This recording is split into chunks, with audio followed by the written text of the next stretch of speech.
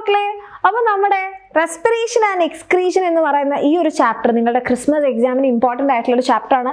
ഈ ചാപ്റ്റർ നമ്മളൊരു 20 മിനിറ്റ്സിൽ പെട്ടെന്ന് പഠിച്ചെടുക്കാൻ വേണ്ടി പോവാണ്. അപ്പോൾ ഈ ഒരു വീഡിയോ എൻ്റെ കുട്ടികളെ കംപ്ലീറ്റ് ആയിട്ട് കാണാൻ വേണ്ടി നോക്കുക.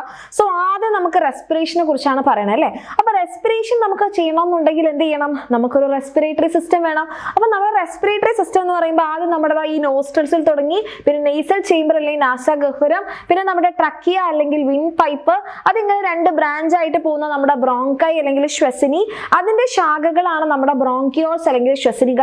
ഇത് ചെന്നെത്തുന്നത് നമ്മുടെ ആൽവിയോളയിലാണ്. നമ്മുടെ ആൽവിയോള എന്ന് പറഞ്ഞാൽ വളരെ തിന്നായിട്ടുള്ള ഡെലിക്കേറ്റ് ആയിട്ടുള്ള വായു അറകളാണ്. അതിനകത്താണ് നമ്മുടെ എയർ ഫൈനലി എത്തുക. അപ്പൊ നമ്മുടെ ആൽവിയോളൈ വീർക്കുന്നു, എയർ പോയാൽ ചുരുങ്ങുന്നു. ആൻഡ് ഇവിടെ വെച്ചിട്ടാണ് നമ്മുടെ ആൽവിയോളയിലുള്ള ഓക്സിജൻ നമ്മുടെ ബ്ലഡ് വെസൽസിലേക്ക് കൊടുക്കുക. അപ്പൊ അതിന് വേണ്ടിയിട്ട് നിങ്ങൾക്ക് ഇവിടെ കാണാം, ആൽവിയോളൈന് ഇങ്ങനെ പൊതിഞ്ഞ് നിൽക്കുകയാണ് നമ്മുടെ ബ്ലഡ് കാപ്പിലറീസ്. ഓക്കെ, അതായത് ഗ്യാഷ്യസ് എക്സ്ചേഞ്ച് ആദ്യമായിട്ട് നടക്കുന്നത് നമ്മുടെ ആൽവിയോളയിലാണ്. പിന്നെ നമ്മുടെ ലങ്സിനെ നോക്കുകയാണെങ്കിൽ ലങ്സിന് 2 ലെയറിന്റെ കവറിംഗ് ഉണ്ട്. അതാണ് പ്ലൂറ.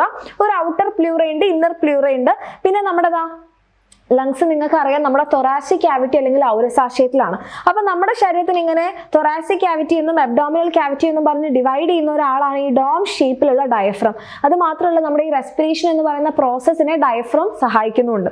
അപ്പൊ ഈ ഒരു ഫ്ലോ ചാർട്ട് നോട്ട് ചെയ്ത് വെക്കുക. ഇത് പഠിക്കാൻ നമ്മളൊരു കോഡ് പറഞ്ഞിട്ടുണ്ടായിരുന്നു. നമ്മുടെ നാസ എവിടെ പോവാണ്? നമ്മുടെ നാസയിലേക്ക് പോവാണ് ട്രാക്ക് പാൻറ് വിട്ടിട്ട്. അപ്പൊ ബ്രോനെയും ബ്രോന്റെ ഓളയും കൂട്ടി അവിടെ പോയപ്പം ആൽമരം കണ്ടു. So nostril, nasal chamber, trachea, bronchi, bronchiole, alveoli. പിന്നെ എന്താണ് വെന്റിലേഷൻ? വെന്റിലേഷൻ അല്ലെ ബ്രീത്തിങ് എന്ന് പറഞ്ഞാൽ സിമ്പിൾ, ശ്വാസം എടുക്കുന്നു, പുറത്തേക്ക് വിടുന്നു. പുറമേ ഉള്ള എയർ ഉള്ളിലേക്ക് എടുത്ത് ഉള്ളിലുള്ള എയർ പുറത്തേക്ക് കളയുന്ന ആ ഒരു പ്രോസസ്സിനെയാണ് വെന്റിലേഷൻ അല്ലെ ബ്രീത്തിങ് എന്ന് പറയാം.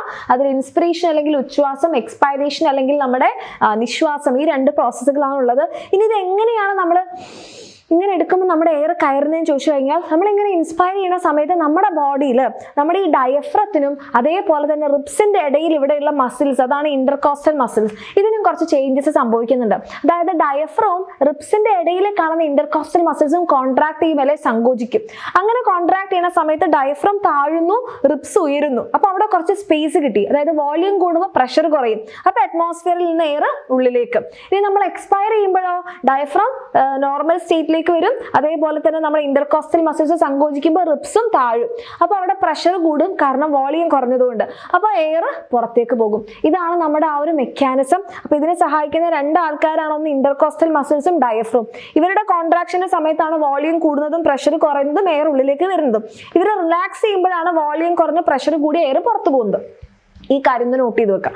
ഇനി നമ്മുടെ എയർ ഇപ്പൊ എവിടെ എത്തിയിട്ടുണ്ട്? നമ്മുടെ ആൽവിയോളയിലുണ്ട്. അപ്പൊ ആൽവിയോളയിൽ നിന്ന് ഇനി ബ്ലഡിലേക്ക് നമ്മുടെ എക്സ്ചേഞ്ച് നടക്കണം. അപ്പൊ അതിനെന്താ, ഇവിടെ നമ്മുടെ നിറയെ ഓക്സിജൻ ഉണ്ട്.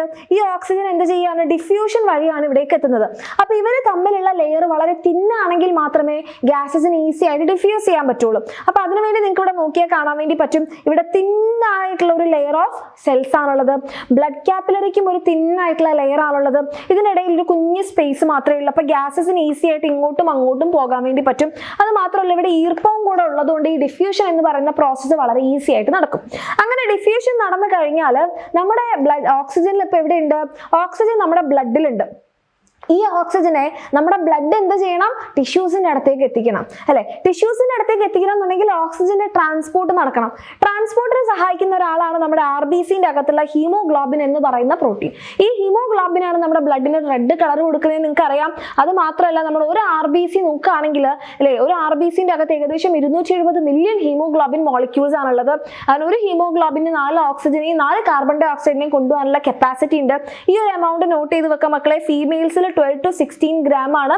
അതുപോലെ മെയിൽസിലാണെങ്കിൽ 14 to 18 ഗ്രാംസ് ആണ് ഹീമോഗ്ലോബിന്റെ അളവ്. ഈ അളവ് കുറഞ്ഞു കഴിഞ്ഞാൽ അനീമിയ അല്ലെങ്കിൽ വിളർച്ച ഉണ്ടാവും. ഇനി ഇത് ട്രാൻസ്പോർട്ട് ചെയ്യുന്ന രീതി, നമ്മുടെ ഓക്സിജന്റെ 97% ഓക്സിജനും ഹീമോഗ്ലോബിനും കൂടി ചേർന്നിട്ട് ഓക്സി ഹീമോഗ്ലോബിൻ ആയിട്ടാണ് പോവുക. 3% പ്ലാസ്മയിൽ, നമ്മൾ കഴിഞ്ഞ ചാപ്റ്ററിൽ പഠിച്ചിട്ടുണ്ടായിരുന്നു, പ്ലാസ്മയിൽ അലിഞ്ഞു ചേരും. ഓക്കെ, അങ്ങനെ നമ്മുടെ ടിഷ്യൂസിന്റെ അടുത്ത് എത്തുമ്പോൾ ഓക്സി ഹീമോഗ്ലോബിൻ ഡിവോഴ്സ് ആകും, ഓക്സിജനും ഹീമോഗ്ലോബിനും ആയിട്ട് മാറും. ഈ ഓക്സിജൻ ടിഷ്യൂ ഫ്ലൂയിഡിലേക്ക് പോകും, അവിടെ നിന്ന് നമ്മുടെ സെൽസിലേക്ക് കയറാണ് ചെയ്യുക. ഓക്കെ, അങ്ങനെ ഇവിടെ എത്തിയ ഓക്സിജൻ എന്ത് സംഭവിക്കും എന്ന് നമുക്ക് പഠിക്കാം. ആൻഡ് അതേസമയം ഓക്സിജൻ ഇങ്ങോട്ടേക്ക് കയറുമ്പോൾ കാർബൺ ഡൈ ഓക്സൈഡ് പുറത്തേക്ക് പോകുന്നുണ്ട്. ആ കാർബൺ ഡൈ ഓക്സൈഡിനെ ആൽവിയോളയിൽ എത്തിച്ചാലേ അതിന് പുറത്തേക്ക് പോകാൻ പറ്റുള്ളൂ. അപ്പൊ കാർബൺ ഡൈ ഓക്സൈഡിന് എങ്ങനെയാണ് ബ്ലഡ് കൊണ്ടുപോകുന്നത്? ഇവിടെ 70% കാർബൺ ഡൈ ഓക്സൈഡ് വെള്ളവുമായിട്ട് കൂടിച്ചേർന്ന് ബൈകാർബണേറ്റ് എന്ന രൂപത്തിലാണ് പോവുക. ആൻഡ് 23% കാർബൺ ഡൈ ഓക്സൈഡ് ഹീമോഗ്ലോബിനും കൂടി ചേർന്ന് അമിനോ ഹീമോഗ്ലോബിൻ ആയിട്ടാണ് പോവുക. 7% പ്ലാസ്മ ആയിട്ടാണ് പോവുക. ഈ 3 ടൈപ്പ് ട്രാൻസ്പോർട്ട് ആലോചിച്ച് വെക്കണം കേട്ടോ. ഇനി നമ്മുടെ ടിഷ്യൂസിൽ എത്തിയ നമ്മുടെ ഓക്സിജന് എന്താണ് സംഭവിച്ചത്? ഓക്സിജൻ വരുന്ന അതേ കൂടെ തന്നെ ന്യൂട്രിയൻസും വന്നിട്ടുണ്ടായിരുന്നു അല്ലെ? അപ്പൊ ഇവിടെ എന്ത് ചെയ്യുന്നു വെച്ചാൽ നമ്മുടെ ഗ്ലൂക്കോസിനെ കോശങ്ങളുടെ സൈറ്റോപ്ലാസം അല്ലെ കോശദ്രവ്യത്തിൽ വെച്ച് ഗ്ലൂക്കോസിനെ പൊട്ടിച്ച് പൈറുവിക് ആസിഡ് ആക്കി മാറ്റും. ഇതാണ് സെല്ലുലാർ റെസ്പിറേഷൻ അല്ലെങ്കിൽ കോശശ്വസനത്തിന്റെ ആദ്യ ഘട്ടം, ദാറ്റ് ഈസ് ഗ്ലൈക്കോലൈസിസ്. ലൈസിസ് എന്ന് പറഞ്ഞാൽ ബ്രേക്ക് ഡൗൺ, ഗ്ലൈക്കോ എന്ന് പറഞ്ഞ ടേം എന്താ? ഗ്ലൂക്കോസുമായിട്ട് കണക്റ്റഡ് ആണ്. സോ ഗ്ലൂക്കോസിനെ ബ്രേക്ക് ഡൗൺ ചെയ്ത് പൈറുവിക് ആസിഡ് ആക്കി മാറ്റുമ്പോൾ 2 ATP കിട്ടും. ഗ്ലൈക്കോലൈസിസിന് ഫസ്റ്റ് സ്റ്റേജിൽ ഓക്സിജൻ വേണ്ട. രണ്ടാമതായിട്ട് ഈ പൈറുവിക് ആസിഡിനെ നമ്മൾ മൈറ്റോകോൺട്രിയന്റെ അകത്തേക്ക് പറഞ്ഞേക്കും. ഇവിടെയാണ് നമ്മുടെ ഓക്സിജന്റെ ആവശ്യം നമുക്ക് വരുന്നത്. ഓക്കെ, അപ്പൊ ഓക്സിജന്റെ പ്രസൻസിൽ പൈറുവിക് ആസിഡിനെ കാർബൺ ഡൈ ഓക്സൈഡും വാട്ടറുമായിട്ട് ബ്രേക്ക് ഡൗൺ ചെയ്യുന്നു. ആ സമയത്ത് നമുക്ക് 28 ATP കിട്ടുന്നു. ഓക്കെ, ഈ പ്രോസസ്സ് നടക്കുന്നത് മൈറ്റോകോൺട്രിയയിലാണ്. ഇതിനെയാണ് നമ്മൾ പറയുന്നത് ക്രെബ്സ് സൈക്കിൾ. വലുതായി പോയോ? Krebs cycle. ഓക്കെ, ഇതാണ് നമ്മളുടെ സെക്കൻഡ് സ്റ്റേജ് എന്ന് പറയുന്നത്. അപ്പം ടോട്ടൽ നമുക്ക് എത്ര എമൗണ്ട് എനർജി കിട്ടി? 30 ATP കിട്ടി. 2 ATP ഗ്ലൈക്കോലൈസിസിലും 28 ATP ക്രെബ്സ് സൈക്കിളിലും. ഓക്കെ, ഇനി നമ്മൾ റെസ്പിറേഷൻ ഇൻ അതർ ഓർഗാനിസം എന്ന് പറയുമ്പോൾ അമീബയിൽ സെൽ മെംബ്രെയിൻ വഴിയാണ് ഗ്യാഷ്യസിന്റെ എക്സ്ചേഞ്ച്. ആൻഡ് നമ്മുടെ എർത്ത് വോമിൽ നോക്കുകയാണെങ്കിൽ അവരുടെ സ്കിന്നിലൂടെയാണ്, ഫിഷസിലാണെങ്കിൽ ഗിൽസിലൂടെയാണ്. പ്ലാന്റ്സിന്റെ കാര്യം പറയുകയാണെങ്കിൽ സ്റ്റൊമാറ്റോ വഴിയാണ് ഗ്യാഷ്യസ് എക്സ്ചേഞ്ച് ലീഫിൽ നടക്കാം. സ്റ്റെമ്മിലാണെങ്കിൽ ലെന്റിസെൽസ് എന്ന് പറയുന്ന സ്മോൾ ഓപ്പണിംഗ് ഉണ്ട്. റൂട്ടിലാണെങ്കിൽ നമ്മുടെ റൂട്ടും സോയിലുള്ള ഓക്സിജനും കാർബൺ ഡൈ ഓക്സൈഡും തമ്മിലാണ് എക്സ്ചേഞ്ച് നടക്കുന്നത്. പിന്നെ നമ്മുടെ പ്ലാന്റ്സിന്റെ കാര്യത്തിൽ നിങ്ങൾക്കറിയാം പ്ലാന്റ്സ് ഫോട്ടോസിന്തസിസ് നടത്തുന്നുണ്ട്. ഫോട്ടോസിന്തസിസ് എപ്പോഴാണ് നടക്കുക? ഡേ ടൈമിലാണ് സ്റ്റൊമാറ്റോ ഓപ്പൺ ആയിട്ടിരിക്കുക. അപ്പോൾ ഓക്സിജൻ എന്ത് ചെയ്യുന്നു? പുറത്തേക്ക് പോകുന്നുണ്ട്, കാർബൺ ഡൈ ഓക്സൈഡ് ഉള്ളിലേക്ക് കയറുന്നുണ്ട്. ആ കാർബൺ ഡൈ ഓക്സൈഡ് ഉപയോഗിച്ച് അവർ ഫോട്ടോസിന്തസിസ് നടത്തും. അതേസമയം പ്ലാന്റ്സും റെസ്പയർ ചെയ്യുന്നുണ്ട്. അതായത് ഫോട്ടോസിന്തസിസിന്റെ ഫലമായിട്ടുണ്ടാകുന്ന ഓക്സിജൻ കുറച്ച് അവർ ശ്വസിക്കാനും എടുക്കും, ശ്വസിച്ചതിന്റെ ഫലമായിട്ടുണ്ടാകുന്ന കാർബൺ ഡൈ ഓക്സൈഡ് അവർ ഫോട്ടോസിന്തസിസിനും എടുക്കും. അതായത് ഡേ ടൈമിൽ ഓക്സിജൻ അവർ ഉള്ളിലേക്ക് എടുക്കുന്നുണ്ട്, കാർബൺ ഡൈ ഓക്സൈഡ് ഓക്സിജൻ എടുക്കുന്നു, കാർബൺ ഡൈ ഓക്സൈഡ് അവർ എന്ത് ചെയ്യുന്നു? പുറത്തേക്ക് വിടുന്നു. ഓക്കെ, ഫോട്ടോസിന്തസിന്റെ ഫലമായിട്ട് ഓക്സിജൻ ഉണ്ടാവുന്നുണ്ട് ആൻഡ് റെസ്പയർ ചെയ്യാൻ വേണ്ടിയിട്ട് ഓക്സിജൻ എടുക്കുന്നുണ്ട്. അപ്പൊ ഇതൊരു ബാലൻസിൽ അങ്ങ് പോയിക്കോളും. പക്ഷെ നൈറ്റ് ടൈമിൽ അവസ്ഥ അതല്ല. നൈറ്റിൽ എന്തില്ല? സൂര്യനില്ല, ഫോട്ടോസിന്തസിസ് ഇല്ല. അപ്പൊ അവിടെ റെസ്പിറേഷൻ മാത്രമേ നടക്കുന്നുള്ളൂ. പക്ഷെ സ്റ്റൊമാറ്റോ ക്ലോസ് ആയതുകൊണ്ട് അവർ ഡിഫ്യൂഷൻ വഴിയാണ് ഓക്സിജനും കാർബൺ ഡൈ ഓക്സൈഡും ഒക്കെ എക്സ്ചേഞ്ച് ചെയ്യുക. ഓക്സിജൻ ഉള്ളിലേക്ക് എടുക്കും, കാർബൺ ഡൈ ഓക്സൈഡ് പുറത്തു വിടും. അതായത് കാർബൺ ഡൈ ഓക്സൈഡിന്റെ എലിമിനേഷൻ ആണ് നൈറ്റിൽ മെയിൻ ആയിട്ട് നടക്കുക. പക്ഷേ ഡേ ടൈമിൽ നോക്കുകയാണെങ്കിൽ ഓക്സിജൻ ആണ് പുറത്തേക്ക് കൂടുതലായിട്ട് വിടുക, കാരണം ആ സമയത്ത് ഫോട്ടോസിന്തസിസ് നടക്കുന്നുണ്ട്. പിന്നെ നമ്മളിതാ എയ്റോബിക് റെസ്പിറേഷനും എനൈറോബിക് റെസ്പിറേഷനും ഓക്സിജന്റെ പ്രസൻസിൽ അല്ലെങ്കിൽ ഓക്സിജൻ ഉപയോഗിച്ചുകൊണ്ട് എന്ത് ചെയ്യാണ്? നമ്മുടെ എയർ എലിമിനേറ്റ് ചെയ്യാണ്, അല്ലെങ്കിൽ റെസ്പയർ ചെയ്യാണ്, എനർജി പ്രൊഡ്യൂസ് ചെയ്യുകയാണെങ്കിൽ അത് എയ്റോബിക് റെസ്പിറേഷൻ. അവിടെ ഓക്സിജൻ ഉപയോഗിക്കുന്നു. നമ്മുടെ കാര്യത്തിൽ ക്രെബ്സ് സൈക്കിളിൽ ഓക്സിജൻ ഉപയോഗിക്കുന്നുണ്ട്. ഓക്സിജൻ വേണ്ടാത്തതാണ് എനൈറോബിക്. ഇപ്പൊ ഇവിടെ നിങ്ങൾ നോക്കിക്കഴിഞ്ഞാൽ നമ്മുടെ 2 മൈക്രോ ഓർഗാനിസം ബാക്ടീരിയനെയും ഈസ്റ്റിനെയും തന്നിട്ടുണ്ട്. രണ്ടുപേരുടെ കാര്യത്തിൽ ഇപ്പൊ ലാക്ടോബാസിലസ് ബാക്ടീരിയ ആണ് നമ്മുടെ പാലിനെ പുളിപ്പിച്ച് തൈരാക്കുന്നത്. അപ്പൊ എന്താ സംഭവിക്കുന്നതെന്ന് ചോദിച്ചാൽ ഗ്ലൂക്കോസിനെ ആദ്യം ബ്രേക്ക് ഡൗൺ ചെയ്ത് പൈറുവിക് ആസിഡ് ആക്കും. ഇത് നമ്മുടെ നോർമൽ ഗ്ലൈക്കോലൈസിസ് സൈറ്റോപ്ലാസത്തിൽ വെച്ച് നടക്കുന്നത്. ആ സമയത്ത് 2 ATP ഉണ്ടാവുന്നുണ്ട്, ഒരു കുഴപ്പമില്ല. പക്ഷേ ഈ പൈറുവിക് ആസിഡിനെ കുറച്ച് കഴിയുമ്പോൾ എന്താക്കി മാറ്റും? ലാക്ടിക് ആസിഡ് ആക്കി മാറ്റും. ഈ ലാക്ടിക് ആസിഡ് ആണ് നമ്മുടെ പാലിനെ പുളിപ്പിച്ച് തൈരാക്കുന്നത്. പിന്നെ നമ്മുടെ ഈസ്റ്റിന്റെ കാര്യത്തിലാണെങ്കിൽ നമ്മൾ ദോശയും അപ്പോ ഇഡ്ഡലിയൊക്കെ ഉണ്ടാകുമ്പോൾ കുഞ്ഞു കുഞ്ഞു കുമിളകൾ ഉണ്ടാവുന്നില്ലേ, സോഫ്റ്റ് ആവുന്നില്ലേ? അതിന് കാരണം ഈ ഗ്ലൂക്കോസിനെ ആദ്യം പൈറുവിക് ആസിഡ് ആക്കി മാറ്റും, ദാറ്റ് ഈസ് ഗ്ലൈക്കോലൈസിസ്. 2 ATP ഉണ്ടാവുന്നുണ്ട്. അതിനുശേഷം പൈറുവിക് ആസിഡിനെ ആൽക്കഹോളും കാർബൺ ഡൈ ഓക്സൈഡ് ആക്കി മാറ്റും. അതാണ് നമ്മുടെ അപ്പവും അതുപോലെ തന്നെ നമ്മുടെ ദോശയും ഇഡ്ഡലിയൊക്കെ സോഫ്റ്റ് ആവാനും അതിനകത്ത് കുഞ്ഞു കുഞ്ഞു ഹോൾസ് വരാനും കാരണം. ഇനി നമ്മുടെ എക്സ്ക്രീഷനിലേക്ക് നോക്കുമ്പോൾ എന്താണ് എക്സ്ക്രീഷൻ? നമ്മുടെ ബോഡിയിൽ കുറേ മെറ്റബോളിക് ആക്ടിവിറ്റീസ് നടക്കുന്നുണ്ട്. ഈ മെറ്റബോളിസത്തിന്റെ ഫലമായിട്ടുണ്ടാകുന്ന വേസ്റ്റ് മെറ്റീരിയൽസ് നമ്മുടെ ബോഡിയിൽ ഒരു അളവിൽ കൂടുതലായാൽ അത് നമ്മുടെ ഹോമിയോസ്റ്റാസിസ് അല്ലെങ്കിൽ ആന്തര സമസ്ഥിതിനെ ബാധിക്കും. അതിന് നമ്മൾ റിമൂവ് ചെയ്യണം. ആ റിമൂവ് ചെയ്യുന്ന പ്രോസസ്സാണ് എക്സ്ക്രീഷൻ എന്ന് പറയുന്നത്. അപ്പൊ ആദ്യം ഇവിടെ നമ്മുടെ മെറ്റബോളിസം നടന്നു കഴിഞ്ഞാൽ, പ്രോട്ടീൻ മെറ്റബോളിസം നടന്നു കഴിഞ്ഞാൽ കുറെ നൈട്രോജനസ് പ്രോഡക്ട്സ് ഉണ്ടാവും. അതായത് പ്രോട്ടീനെ ബ്രേക്ക് ഡൗൺ ചെയ്താൽ അമിനോ ആസിഡ് ഉണ്ടാവും. അമിനോ ആസിഡിനെ വീണ്ടും ബ്രേക്ക് ഡൗൺ ചെയ്താൽ കുറെ നൈട്രജൻ അടങ്ങിയ കോമ്പൗണ്ട്സ് ഉണ്ടാവും. അതിൽ ഹാർംഫുൾ ആയിട്ടുള്ള ഒരാളാണ് നമ്മുടെ അമോണിയ. അപ്പൊ ഈ അമോണിയനെ നമുക്ക് എന്ത് ചെയ്യണം? നമ്മുടെ ശരീരത്തിൽ വെക്കുന്നത് ഡേഞ്ചറസ് ആണ്. അപ്പൊ നമ്മൾ എന്ത് ചെയ്യും? അമോണിയനെ നേരെ ലിവർ കരളിലേക്ക് പറഞ്ഞേക്കും. അവിടെ വെച്ച് കാർബൺ ഡൈ ഓക്സൈഡിന്റെയും വെള്ളത്തിന്റെയും എൻസൈംസിന്റെ ഒക്കെ കൂടി ചേർത്ത് നമ്മൾ അതിനെ യൂറിയ ആക്കി മാറ്റും. എവിടെ വെച്ച്? കരളിൽ വെച്ച്. ആ യൂറിയനെ നമ്മൾ കിഡ്നിയിലേക്ക് പറഞ്ഞേക്കും. എന്നിട്ട് കിഡ്നി എന്ത് ചെയ്യും? യൂറിയനെ റിമൂവ് ചെയ്യും. അപ്പൊ നമ്മുടെ ശരീരത്തിൽ കിഡ്നി എന്താ ചെയ്യുന്നത്? വാട്ടറും സോൾട്ടും എല്ലാം നമ്മുടെ യൂറിനിലൂടെ കളയുന്നുണ്ട്. ആൻഡ് ലിവർ എന്താ ചെയ്യുന്നത്? യൂറിയ നിർമ്മിക്കുന്നുണ്ട്. നമ്മുടെ സ്കിന്നിലൂടെ നമ്മൾ വേർക്കുമ്പോൾ നമ്മുടെ സോൾട്ടും വാട്ടറും ഒക്കെയാണ് പോകുന്നത്. പിന്നെ ലങ്സ് എന്ത് എലിമിനേറ്റ് ചെയ്യുന്നുണ്ട്? കാർബൺ ഡൈ ഓക്സൈഡ് എലിമിനേറ്റ് ചെയ്യുന്നുണ്ട്. ഈ 2 സാധനങ്ങൾ ഇമ്പോർട്ടന്റ് ആണ്, അത് നോട്ട് ചെയ്ത് വെക്കാം കേട്ടോ. പിന്നെ നമ്മുടെ എക്സ്ക്രീറ്ററി സിസ്റ്റം എന്ന് പറഞ്ഞാൽ നമുക്കൊരു പെയർ ഓഫ് കിഡ്നി ഉണ്ട്. പിന്നെ കിഡ്നിയിൽ നിന്ന് വരുന്ന മൂത്രവാഹി അല്ലെങ്കിൽ യുറീറ്റർ, പിന്നെ മൂത്രാശയം അല്ലെങ്കിൽ യൂറിനറി ബ്ലാഡർ, പിന്നെ യുറീത്ര അല്ലെങ്കിൽ മൂത്രനാളം, ഇത്രയുണ്ട്. കിഡ്നിയുടെ സെക്ഷൻ നിങ്ങൾ നോക്കിക്കഴിഞ്ഞാൽ ഒരു പയർമണിയുടെ ആകൃതിയാണ് അല്ലേ. ഇതിലൊരു ഔട്ടർ കോർട്ടെക്സും ഇന്നർ മെഡുല്ലയും ഉണ്ട്. ഓക്കെ, അപ്പം ഈ ഒരു കോർട്ടെക്സ് അതൊരു ലൈറ്റ് കളേർഡ് പാർട്ടാണ്, മെഡുല്ല കുറച്ചുകൂടി ഡാർക്കാണ്. ആൻഡ് ഇവിടെ നിങ്ങൾ നോക്കിക്കഴിഞ്ഞാൽ ഈ ഒരു ലൈറ്റ് കളേർഡ് പോർഷൻ എന്താ, ഈ ഒരു കിഡ്നീൻ്റെ ഈ ഒരു പോർഷനെയാണ് നമ്മൾ പെൽവിസ് എന്ന് പറയാം. ഈ പെൽവിസിലേക്കാണ് യൂറിൻ ഒക്കെ കളക്ട് ചെയ്ത് കളക്ടിങ് ഡക്ട് ഒക്കെ വരിക. ആൻഡ് അത് മാത്രമല്ല, ഇവിടെ നിന്നാണ് നമ്മുടെ യുറീറ്റർ ഒറിജിനേറ്റ് ചെയ്യുക. അപ്പൊ ഈ ഒരു യുറീറ്ററിനെയും നമ്മുടെ കളക്ടിങ് ഡക്ടിനെയൊക്കെ ജോയിൻ ചെയ്യിക്കുന്ന ആ ഒരു കോമൺ പാർട്ടാണ് പെൽവിസ് എന്ന് പറയുന്നത് കേട്ടോ. ഇതാ നമ്മുടെ കിഡ്നി, പിന്നെ ഇതാ കിഡ്നിയിലേക്ക് ബ്ലഡ് കൊണ്ടുവരുന്ന ആളാണ് റീനൽ ആർട്ടറി, ഈ റെഡ് കളർ. കിഡ്നിയിൽ നിന്ന് ബ്ലഡ് പുറത്തേക്ക് കൊണ്ടുപോകുന്ന ആളാണ് റീനൽ വെയിൻ എന്ന് പറയുന്ന വിർക്ക സിര. പിന്നെ പെൽവിസ്, യൂറീറ്റർ, യൂറിനറി ബ്ലാഡർ നമ്മൾ പറഞ്ഞു. ഓക്കെ, ഇനി നമ്മുടെ കിഡ്നിയുടെ ഫിൽറ്ററിങ് യൂണിറ്റ്, നമുക്ക് ഓരോ കിഡ്നിയിലുമായിട്ട് നമുക്ക് എത്രയുണ്ട്? ഏകദേശം 12 lakh നെഫ്രോൺസ് ആണ് ഓരോ കിഡ്നിയിലും ഉള്ളത്. ഈ നെഫ്രോൺസ് ആണ് നമ്മുടെ കിഡ്നിയുടെ ഫിൽറ്ററിങ് യൂണിറ്റ്സ്. അപ്പൊ ഇതിന് എന്തൊക്കെ ഭാഗങ്ങളുണ്ട്? ആദ്യം ഇവിടെ ഒരു കപ്പ് ഷേപ്പ് കണ്ടോ, ഒരു കപ്പ് പോലെയുള്ള ബുമാൻസ് ക്യാപ്സ്യൂൾ ഉണ്ട്. ഈ കപ്പിന്റെ അകത്തേക്ക് നമുക്ക് ഇങ്ങനെ നെറ്റ്വർക്ക് ഓഫ് കാപ്പിലറീസ് കാണാം.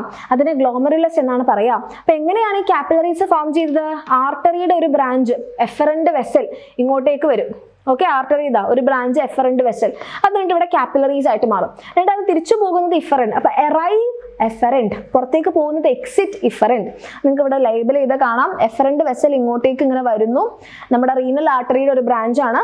അത് ഇവിടെ ഗ്ലോമറുലസ് ആയിട്ട് ഫോം ചെയ്തതിനു ശേഷം പുറത്തേക്ക് പോകുന്ന ഇഫറന്റ് വെസൽ. അതിനുശേഷം നിങ്ങൾ കാണുന്ന ഈ ഒരു ട്യൂബ്, ബ്രൊമാൻസ് ക്യാപ്സ്യൂളിന് ശേഷമുള്ള ഈ ട്യൂബാണ് റീനൽ ടിബ്യൂൾ അല്ലെങ്കിൽ വൃക്കാനളിക. അതിനുശേഷം ഈ സാധനമാണ് നമ്മുടെ കളക്ടിങ് ഡക്ട്. അപ്പൊ ഈ ഭാഗം നിങ്ങൾക്ക് അടയാളപ്പെടുത്താൻ ചോദിക്കും കേട്ടോ, ഇത് ഓരോന്നും എന്താണെന്ന്. അപ്പം ഈ ഒരു കപ്പ് പോലെയുള്ളതാണ് ബൊമാൻസ് ക്യാപ്സ്യൂൾ, ഈ നെറ്റ്വർക്ക് പോലെയുള്ളതാണ് നമ്മുടെ ഗ്ലോമറുലസ്, ഇതാണ് നമ്മുടെ വൃക്കാനളിക അല്ലെ റീനൽ ടിബ്യൂള്, ഇതാണ് നമ്മുടെ കളക്ടിങ് ഡക്ട്. ഓക്കെ, അപ്പൊ ഈ ആൾക്കാരെ നോട്ട് ചെയ്ത് വെക്കാം. ഇനി ഇവിടെ വെച്ചിട്ടാണ് നമ്മുടെ യൂറിൻ ഫോർമേഷൻ നടക്കുന്നത്. യൂറിൻ ഫോർമേഷന് 3 സ്റ്റെപ്പുകളാണ്. ഒന്ന് സൂക്ഷ്മ അരിക്കൽ അല്ലെങ്കിൽ അൾട്രാ ഫിൽട്രേഷൻ, രണ്ടാമത്തെ റീ അബ്സോർപ്ഷൻ അല്ലെങ്കിൽ പുനരാഗിരണം, മൂന്നാമത്തെ സെക്രീഷൻ അല്ലെങ്കിൽ ശ്രവണം. അതായത് ആദ്യം നമ്മുടെ എഫറന്റ് വെസൽ വഴി രക്തം ഇങ്ങോട്ടേക്ക് വരും. ആൻഡ് ഇത് ഇഫറന്റ് വെസൽ വഴിയാണ് പുറത്തു പോകുന്നത്. അപ്പൊ ഇവിടെ നിങ്ങൾക്ക് നോക്കിയാൽ തന്നെ കാണാം, ഇത് കുറച്ച് വീതി കൂടിയതും ഇത് കുറച്ച് വീതി കുറഞ്ഞതുമാണ് അല്ലേ. അപ്പൊ ഇതിലൂടെ ബ്ലഡ് വന്ന് ഇവിടെ എത്തുമ്പോൾ എന്താണ്? പ്രഷർ കൂടും. ആ പ്രഷറിൽ നമ്മുടെ ബ്ലഡിന് ഫിൽട്രേഷൻ നടക്കും. വലിയ വലിയ പ്രോട്ടീൻസും പ്ലാസ്മ പ്രോട്ടീൻസും രക്തകോശങ്ങളും ബ്ലഡ് സെൽസ് ഒഴികെ അവർക്കൊന്നും ഇങ്ങോട്ടേക്ക് വീഴാൻ വേണ്ടി പറ്റില്ല. കാരണം കാപ്പിലറീസിന് തിൻ പോഴ്സ് ആണുള്ളത്. കുഞ്ഞു കുഞ്ഞു സുഷിരത്തിലൂടെ വലിയ വലിയ പ്രോട്ടീൻസിന് ഇളകി വരാൻ പറ്റൂല. അപ്പൊ നമ്മുടെ ഫ്ലൂയിഡ് പ്ലാസ്മ മാത്രം ഇങ്ങോട്ടേക്ക് ഒഴുകി വരും. ഈ പ്ലാസ്മയിൽ എന്തൊക്കെയുണ്ട് മക്കളെ? Glucose, amino acid, water, sodium, potassium, calcium, vitamins, urea, uric acid, creatine എല്ലാം ഉണ്ട്. അതായത് നമ്മൾ കഷ്ടപ്പെട്ട് കഴിച്ച നമ്മുടെ ഭക്ഷണത്തിലെ ന്യൂട്രിയൻസ് മുഴുവൻ ഈ ഫ്ലൂയിഡിലുണ്ട്. അപ്പൊ ഇങ്ങനെ ഗ്ലോമറുലസിൽ വെച്ച് ഫിൽട്രേഷൻ നടന്നിട്ടുണ്ടാവുന്ന ഈ ഫ്ലൂയിഡിനെയാണ് നമ്മൾ എന്ത് പറയാം? ഗ്ലോമെറുലാർ ഫിൽട്രേറ്റ് എന്ന് പറയാം. ഗ്ലോമെറുലാർ ഫിൽട്രേറ്റ് അല്ലെങ്കിൽ അൾട്രാ ഫിൽട്രേറ്റ് എന്ന് പറയും. ഗ്ലോമറുലസിൽ വെച്ചിട്ടുണ്ടാവുന്ന ഫിൽട്രേറ്റ് ആണ്. അപ്പം ഈ ഫിൽട്രേറ്റിലെ എല്ലാ സാധനങ്ങളും ഗ്ലൂക്കോസ്, അമിനോ ആസിഡ് ഇതൊന്നും നമുക്ക് കളയാൻ പറ്റില്ല, ഇതൊക്കെ അത്യാവശ്യമുള്ളതാണ്. അപ്പൊ നമ്മുടെ ഈ റീനൽ ട്യൂബ്യൂളിൽ വെച്ച് ഈ സാധനങ്ങളൊക്കെ കണ്ടോ നമ്മൾ തിരികെ ബ്ലഡിലേക്ക് റീഅബ്സോർബ് ചെയ്യും. ഇത് ബ്ലഡ് ആണ്, ഇഫറന്റ് വെസലിൽ നിന്ന് വരുന്ന ബ്ലഡ് വെസലാണിത്.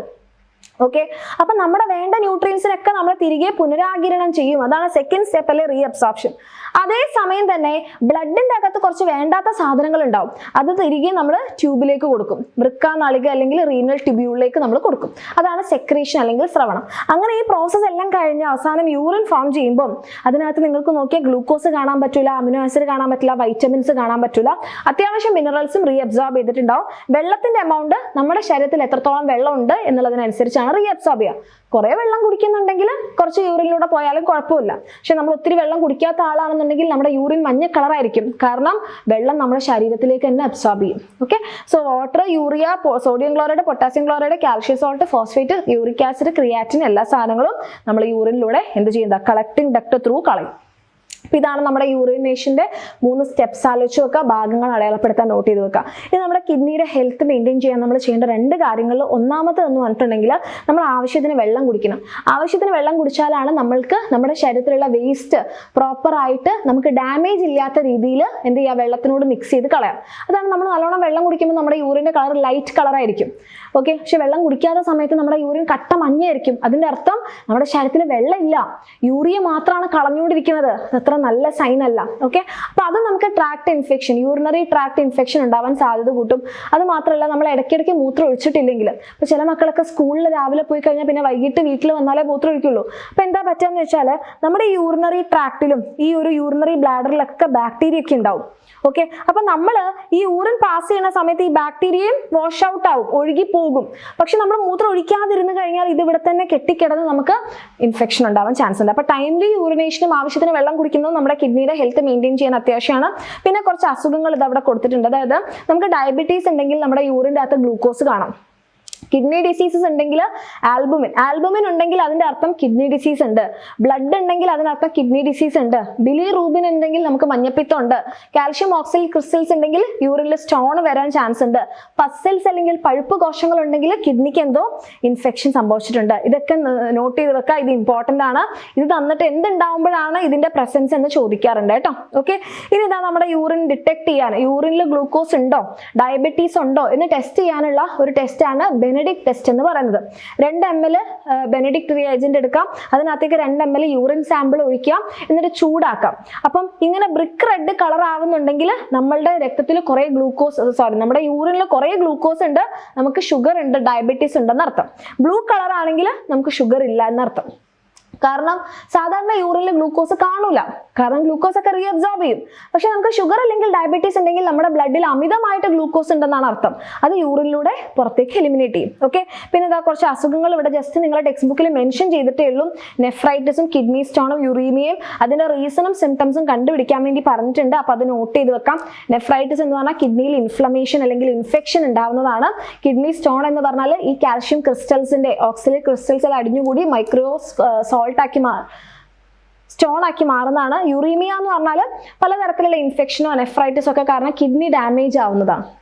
ഓക്കെ, അങ്ങനെ കിഡ്നി ഡാമേജ് ആയാൽ നമ്മൾ ആദ്യം ചെയ്യുന്നത് എന്താണ്? ഹീമോഡയാലിസിസ് ആണ്. അതായത് കിഡ്നിയാണ് എന്ത് ചെയ്യുന്നത്? നമ്മളുടെ ബ്ലഡിലുള്ള യൂറിയ വേസ്റ്റിനെ എലിമിനേറ്റ് ചെയ്യുന്നത്. പക്ഷെ കിഡ്നി ഡാമേജ് ആയി കഴിഞ്ഞാൽ നമ്മുടെ ബ്ലഡിലുള്ള യൂറിയനെ നമുക്ക് പുറത്ത് കളയാൻ പറ്റൂല.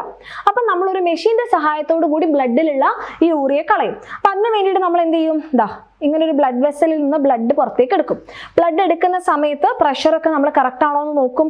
അതുപോലെ അതിനകത്ത് നമ്മൾ ഹെപ്പാരിൻ എന്ന് പറയുന്ന രക്തം കട്ട പിടിക്കാതിരിക്കാനുള്ള ഒരു കെമിക്കൽ ആഡ് ചെയ്ത് ഈ മെഷീനിലൂടെ കടത്തിവിടും. ഈ മെഷീനിലുള്ള ട്യൂബുകൾ എന്ന് പറഞ്ഞാൽ ഒരു സെമി പെർമേബിൾ മെംബ്രെയിൻ ആണ്.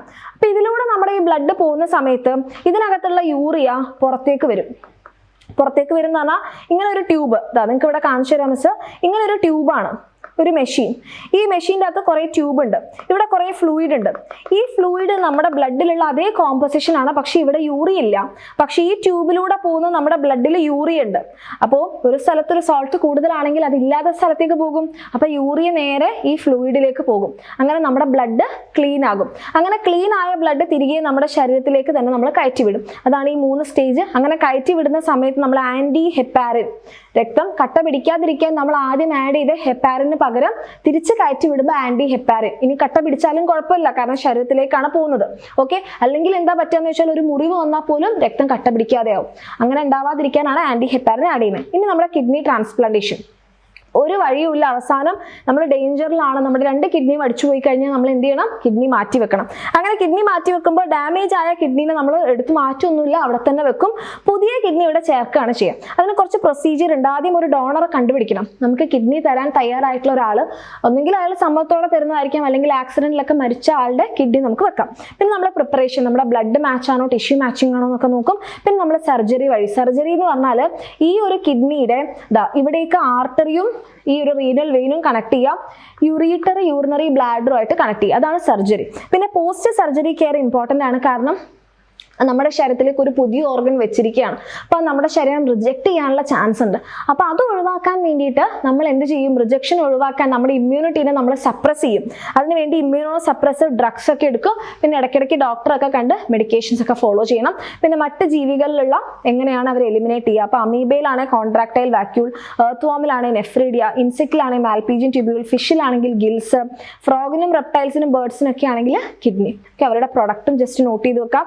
ഇനി എക്സ്ക്രീഷൻ ഇൻ പ്ലാന്റ്സ് എങ്ങനെയാണെന്ന് ചോദിച്ചു കഴിഞ്ഞാൽ സ്റ്റൊമാറ്റോയിലൂടെയാണ് എക്സസ് ഉള്ള ഓക്സിജനും കാർബൺ ഡൈ ഓക്സൈഡും വാട്ടറും സോൾട്ടും ഒക്കെ കളയാം. ആൻഡ് ഹൈഡത്തോട് എന്ന് പറഞ്ഞാൽ ലീഫിന്റെ ടിപ്പിലുള്ള മൈന്യൂട്ട് ഓപ്പണിംഗ് ആണ്, അതിലൂടെ വാട്ടറും സോൾട്ടും കളയാറുണ്ട്.